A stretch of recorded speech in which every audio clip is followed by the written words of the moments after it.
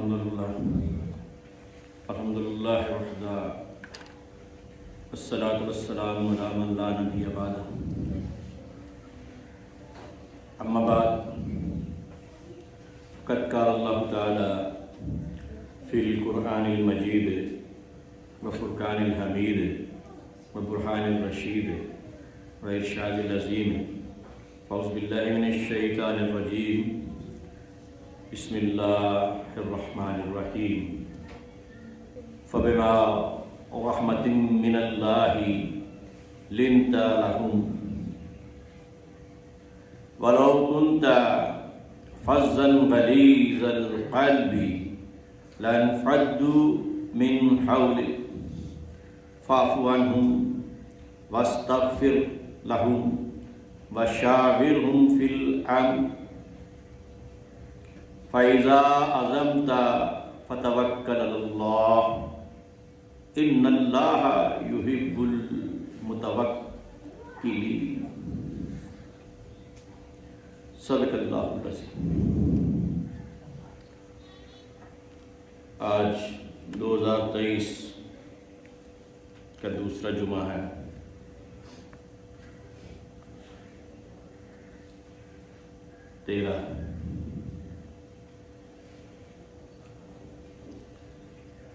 جنوری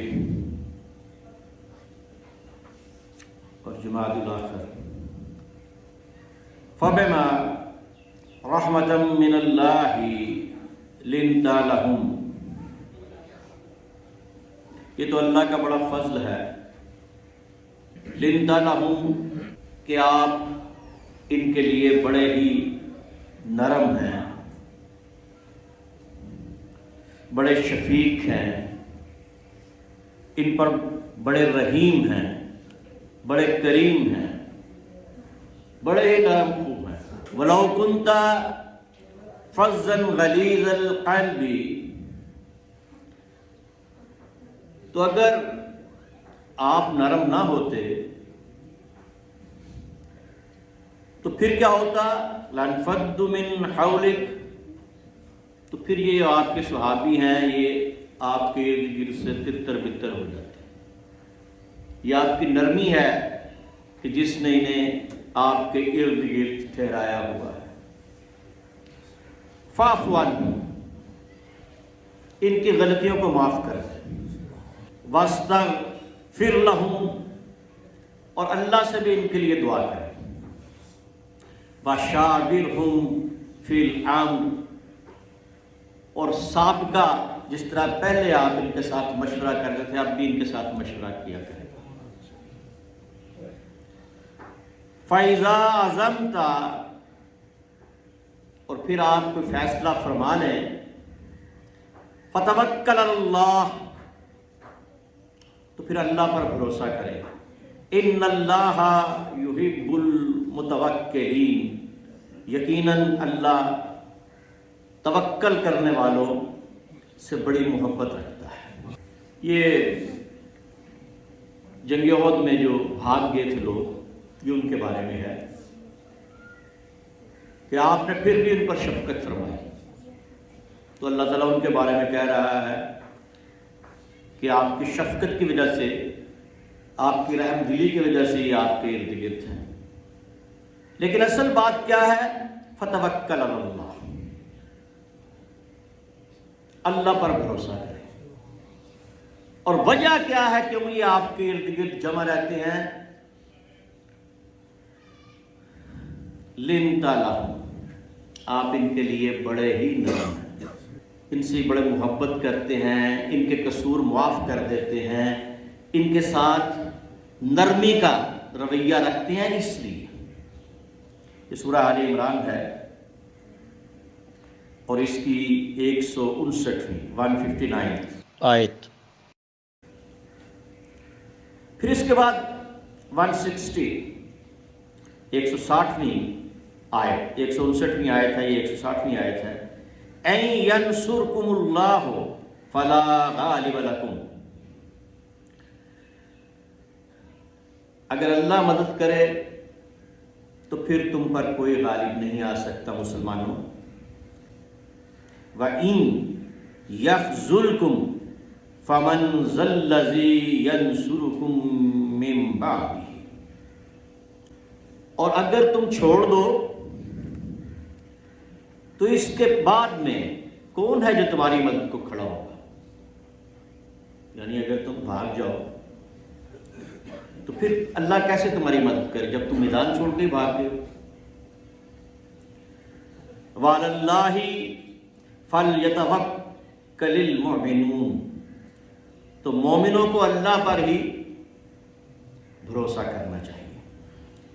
اب یہ اللہ پہ توکل ہے، بھروسے کا حکم ہو رہا ہے، اور یہ قرآن کے مختلف آیات میں اللہ تعالیٰ حکم دے رہا ہے کہ مجھ پر بھروسہ کرو اور مجھ پر توکل کرو اور مجھ پر یقین رکھو اور مجھ پر گمان رکھو، جیسا تم مجھ پر گمان رکھو گے میں ویسا ہی عطا کروں گا، جیسا مجھ پر یقین رکھو گے ویسا ہی تمہیں دوں گا، لیکن یقین مجھ پہ رکھو، میرے اوپر۔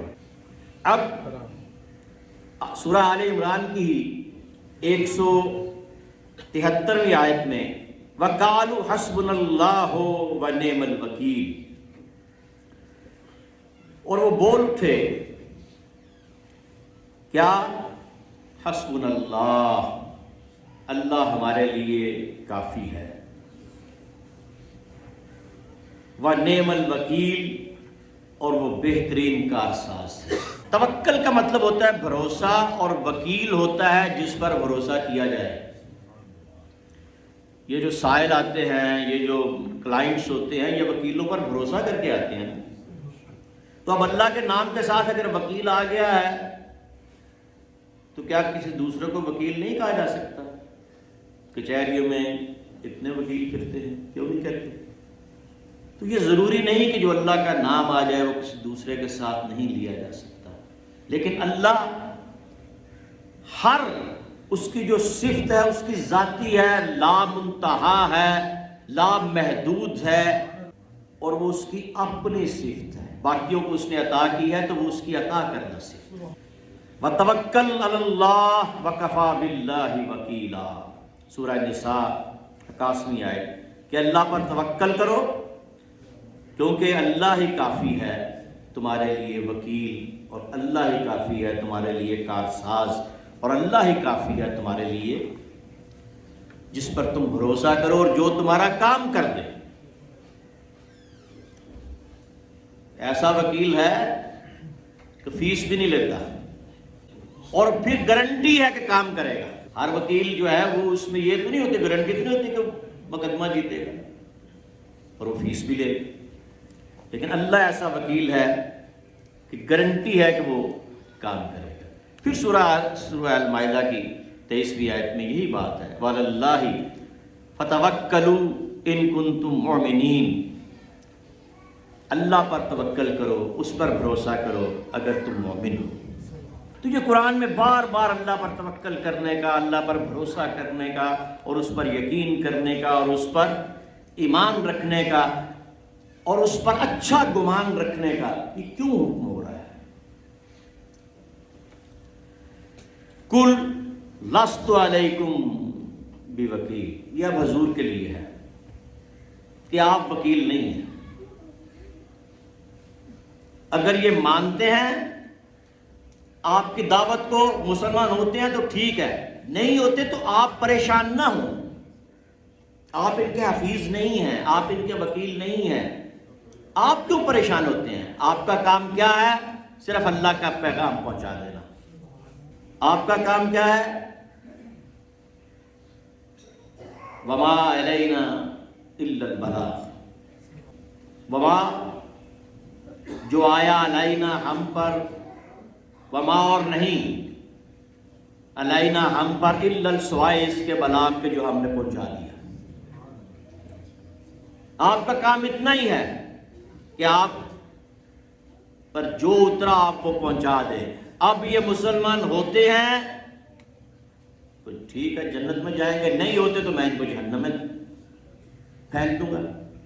آپ ان پہ وکیل نہیں، آپ ان پہ حفیظ نہیں ہیں، آپ پریشان نہ ہو۔ یہ اللہ تعالیٰ نے حضور کی پریشانی دور کرنے کے لیے یہ الفاظ فرمائے۔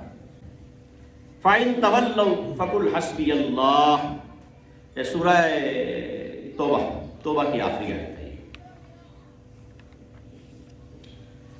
اور جو یہ آیت پڑھ لیتا ہے نا اس کو اس دن موت نہیں آتی،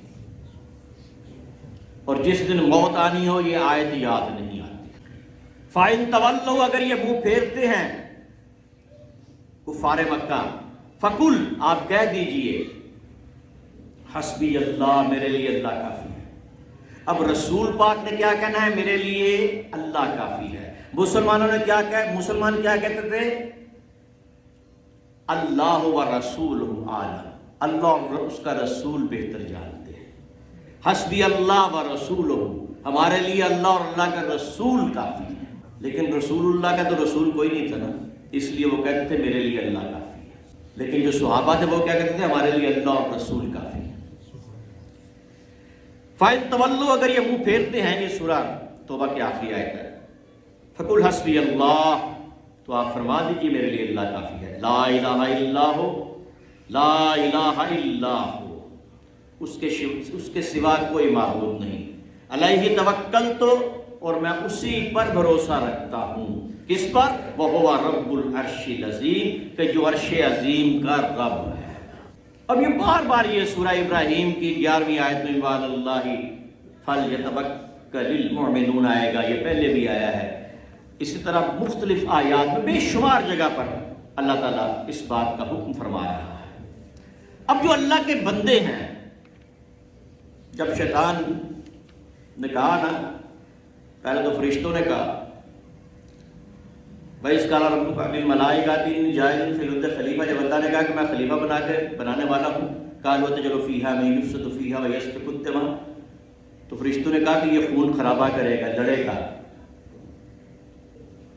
فَيَسْفِكُ الدِّمَاءَ وَنَحْنُ نُسَبِّحُ بِحَمْدِكَ وَنُقَدِّسُ لَكَ، ہم تیری تسبیح کرتے ہیں، ہم تیری پاکی بیان کرتے ہیں. قَالَ إِنِّي أَعْلَمُ مَا لَا تَعْلَمُونَ، جو میں جانتا ہوں وہ تم نہیں جانتے. اب اس آیت کو اس آیت کے ساتھ ملا کے پڑھیں. اِنَّا عِبَادِي لَيْسَ لَكَ عَلَيْهِمْ سُلْطَانٌ. اب یہ اللہ تعالیٰ شیطان کو کہہ رہا ہے کہ جو میرے بندے ہیں، اے شیطان تو ان پر کوئی وار نہیں کر سکتا، تیرے وار کو وہ ختم کر دے گے. وَكَفَى بِرَبِّكَ وَكِيلًا. کیوں؟ کہ حضور کو فرمایا کہ آپ کا رب جو ہے وہ سب سے بڑا کارساز ہے. حضور غوث الثقلین سید عبدالقادر جیلانی نے جب عبادت کی بہت زیادہ، تو کیا دیکھتے ہیں کہ بادل چھا گیا اور اس میں سے آواز آئی، عبدالقادر اب تجھے عبادت کرنے کی ضرورت نہیں، میں تیرا رب ہوں، اب تو عبادت چھوڑ دے. تو غوث الثقلین سید عبدالقادر جیلانی کہنے لگے میں نے سوچا عبادت تو حضور کو منع نہیں ہوئی، عبادت تو امام حسین کو تلواروں کے نیچے منع نہیں ہوئی، تو مجھے کیسے منع ہوگی؟ تو میں نے کہا لا حول ولا قوت الا باللہ، تو وہ چھٹ گیا، ختم ہو گیا. اور شیطان نظر آیا، کہنے لگا عبدالقادر تو اپنے علم سے بچ گیا. آپ نے فرمایا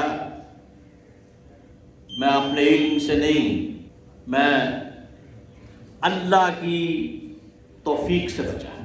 دوسرا وار اس نے کیا کہ اگر یہ کہے گا اپنے علم سے تو پھر بھی پھنس جائے گا. تو اب جو اللہ کے بندے ان کو اللہ کیا کہہ رہا ہے؟ ان عبادی لیس لک علیہم سلطان،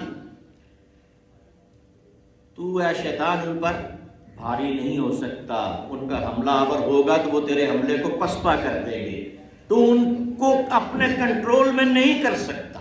یہ وہی بات جو اللہ تعالیٰ نے فرمائی قَالَ إِنِّي أَعْلَمُ مَا لَا تَعْلَمُونَ، جو میں جانتا ہوں تم نہیں جانتے. اور اللہ ہی سب سے بڑا وکیل ہے اور اسی پر بھروسہ کرنا چاہیے. کون اللہ؟ سورہ فرقان میں پھر ذکر ہے وَتَوَكَّلْ عَلَى الْحَيِّ الَّذِي لَا يَمُوتُ وَسَبِّحْ بِحَمْدِهِ. کون؟ وَتَوَكَّلْ، اس پر توکل کرو جو مرتا نہیں ہے، اس پر توکل نہ کرو جو مر جائے. اس پر توکل کرو جو زندہ ہے، جو ہمیشہ ہمیشہ سے زندہ اور ہمیشہ ہمیشہ کے لیے زندہ ہے. اس پر توکل کرو جو زندہ ہے اور جس کو موت نہیں، اور جس کی حمد ہے. یہ سورہ فرقان کی 58ویں آیت۔ یہ قرآن آپ پورا قرآن اٹھا کے دیکھیں، سورہ احزاب کہ تیسری آیت میں وتوکل اللہ وکفی باللہ وکیلا، یہ پہلے بھی آیت آئی ہے، بالکل اسی طرح کی آیت پہلے گزر چکی ہے۔ اور پھر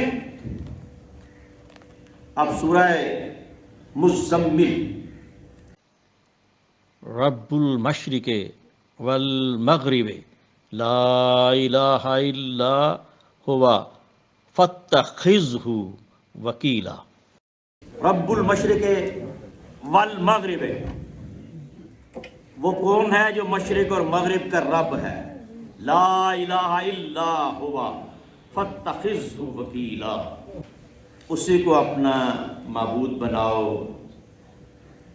اور وہی معبود ہے، اس کے علاوہ کوئی معبود نہیں، اور وہی جو ہے کارساز ہے۔ تو قرآن نے یہ جو توکل کا بار بار ذکر کیا کہ اللہ کو وکیل بناؤ اور اللہ پہ توکل کرو۔ ایک صحابی آگے حضور اکرم صلی اللہ علیہ وسلم سے عرض کی، اندر آگے تو آپ نے کہا اونٹ کدھر ہے تمہارا؟ کہا جی میں اللہ کے توکل پہ چھوڑا ہے۔ اس میں ایک راوی مجہول ہے، تو جو علماء جرح و تعدیل ہوتے ہیں ان کے نزدیک ایک راوی مجہول ہے، لیکن یہ حدیث بڑی بہت زیادہ بیان کی جاتی ہے۔ تو آپ نے کہا اپنا اونٹ کدھر ہے تمہارا؟ کہا جی میں اللہ کے توکل پہ چھوڑا ہے۔ آپ نے کہا توکل یہ نہیں ہے، پہلے اونٹ کا زانو باندھو پھر اللہ پہ توکل کرو، یعنی دنیا کے جو اسباب ہیں ان کو پورا کرو۔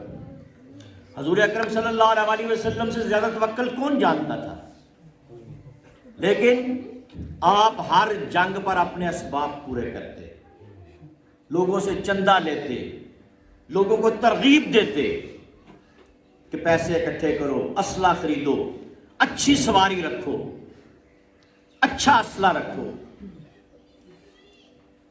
اور لوگ اپنی چیزیں لے آتے، یہاں تک کہ عورتیں، ایک دفعہ آپ نے عورتوں کو کہا عورتیں اپنا زیور لے آئیں سارا، لیکن توکل اللہ پہ۔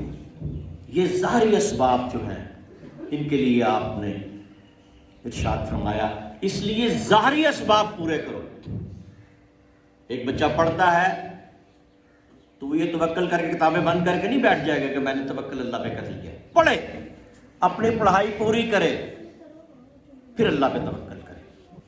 کاروبار میں محنت کرتا ہے، اپنی محنت پوری کرے، پھر اللہ پہ توکل کرے۔ تو یہ اللہ پہ توکل کا یہ ہے۔ لیکن یہ بھی حضور کی حدیث ہے کہ اگر تم اللہ پہ توکل کرو گے تو وہ تمہیں اس طرح دے گا جس طرح پرندے صبح اپنے گھروں سے نکلتے ہیں اللہ کے توکل پر، اور شام کو پیٹ بھر کے جاتے ہیں۔ تو اپنے ظاہری اسباب پورے کرو، لیکن پرندہ اپنے گھونسلے میں نہیں رہتا، باہر نکلتا ہے۔ تو اس لیے باہر نکلو، کام کرو، پھر اللہ پہ توکل کرو تو اللہ دے گا۔ وما علینا الا